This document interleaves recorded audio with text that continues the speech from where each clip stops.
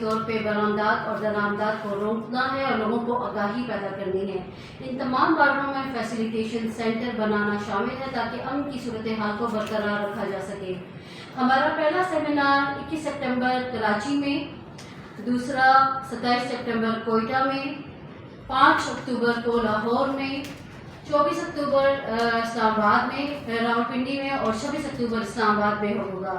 ان seminar کا مقصد business کو پروموٹ کرنا ہے اور یہ سیمینار اسلام آباد میں جو ہے کنونشن سینٹر میں منعقد ہوگا، جس میں ہم نے مہمان خصوصی وزیر اعظم انوار الحق کاکڑ کو انوائٹ کیا ہے اور ابھی ہماری کورسپونڈنس ان کے ساتھ جاری ہے۔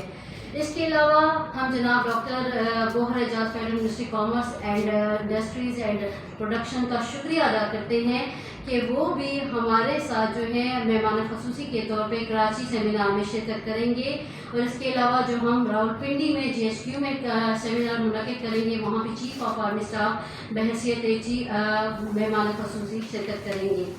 ان سیمیناروں کا مقصد ملک میں کاروباری صلاحیتوں کو بڑھانا ہے اور ملک کی ترقی اور خوشحالی کے لیے کام کرنا ہے۔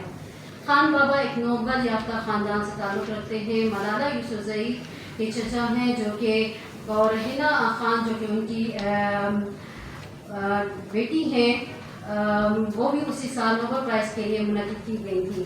World peace general programme Islamabad میں country head Saadia Khan, managing director Shah Hussain کی نگرانی میں ہم NGO الائنس بھی بنا رہے ہیں، جس کا مقصد پورے ملک میں کام کرنا ہے اور 1 روم 1 ٹیچر پروگرام کے تحت پچھلے جو 5 سالوں سے یہ سارے اسکولز بند ہیں ان کو کھولنا ہے۔ اس کے علاوہ NGO الائنس کی وساطت سے ہم پاکستان میں تعلیم، صحت، روزگار، زراعت جیسے پروجیکٹ کو بھی کام کرنا شروع کریں گے۔ اس کے علاوہ اسلام آباد میں medical college, nursing medical university, جہری سہولیات سے راستہ اسپتال، وومن ٹیکنیکل یونیورسٹیز، باتروں پر مارکیٹ، اسٹوریج کی سہولت اور سہولت کار سینٹر بھی قائم کیے جائیں گے۔ اس سلسلے میں ہم دونوں صوبوں کو سے NOC بھی لے چکے ہیں۔